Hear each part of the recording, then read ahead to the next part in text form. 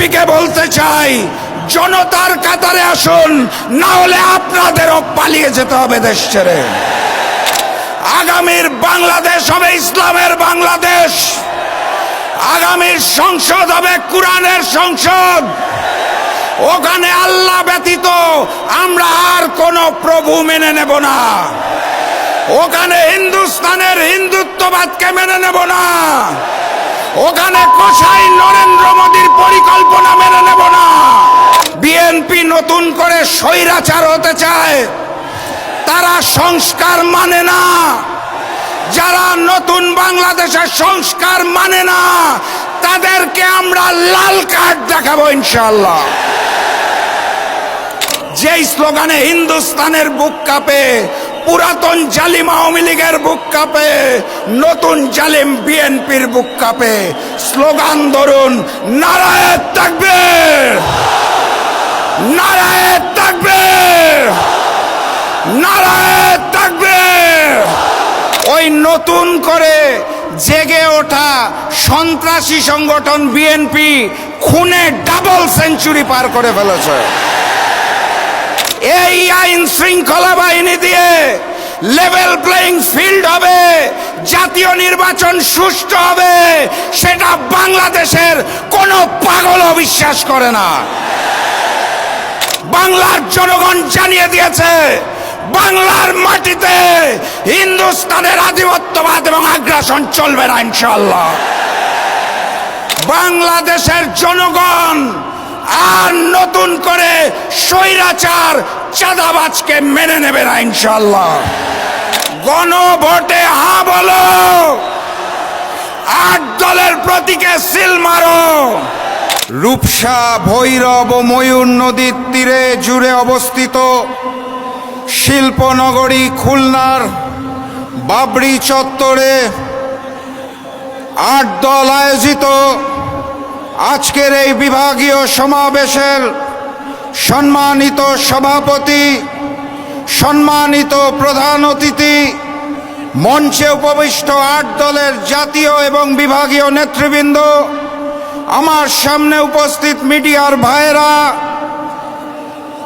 আমার সামনে উপস্থিত ইসলামী এবং দেশপ্রেমী জনতা, সবাইকে জানাই আমার দল জাতীয় গণতান্ত্রিক পার্টি জাগপার পক্ষ থেকে সংগ্রামী সালাম এবং শুভেচ্ছা। আসসালামু আলাইকুম। আজকে যখন এইখানে জনসভা চলছে, আমি শুনছিলাম বিগত 2-4 দিন ধরে কোন দলের কোন নেতা জানি বলছিলেন এই জনসভায় মানুষজনকে আসতে দেওয়া হবে না।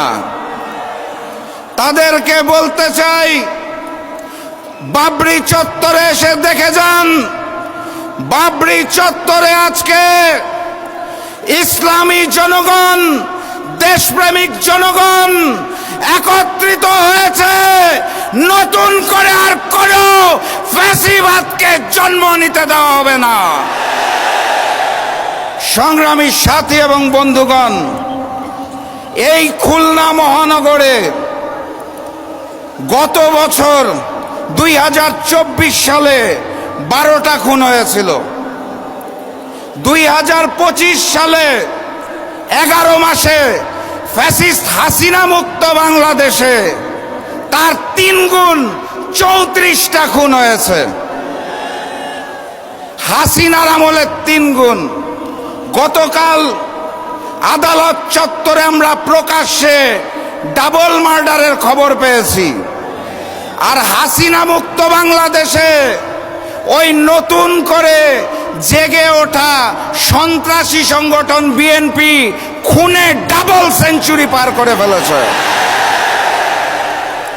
এই প্রশাসন, এই আইন শৃঙ্খলা বাহিনী দিয়ে লেভেল প্লেইং ফিল্ড হবে, জাতীয় নির্বাচন সুষ্ঠু হবে, সেটা বাংলাদেশের কোনো পাগলও বিশ্বাস করে না।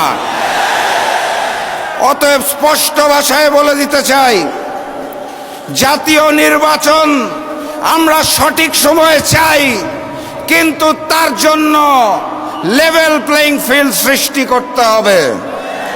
জাতীয় নির্বাচনের দিনে ওই লোক দেখানো গণভোট আমরা মানি না এবং মেনে নেব না ইনশাআল্লাহ। গণভোটকে জাতীয় নির্বাচনের পূর্বে আয়োজন করতে হবে। গণহত্যাকারী ফ্যাসিস্ট আওয়ামী লীগের কার্যক্রম যেভাবে নিষিদ্ধ করা হয়েছে, একইভাবে ওই গণহত্যাকারী আওয়ামী লীগের বৈধতা দানকারী জাতীয় পার্টি এবং 14 দলের কার্যক্রম নিষিদ্ধ করতে হবে। জুলাই সনদে 84টা বিষয় নিয়ে আলোচনা হয়েছিল। 84টা সংস্কার প্রস্তাবে 19টার মধ্যে নোট অফ ডিসেন্ট দিয়েছে বিএনপি, অর্থাৎ 25% বিষয়ে তাদের নোট অফ ডিসেন্ট।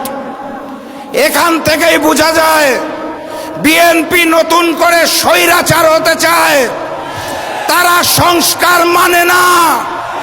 যারা নতুন বাংলাদেশের সংস্কার মানে না তাদেরকে আমরা লাল কার্ড দেখাবো ইনশাআল্লাহ।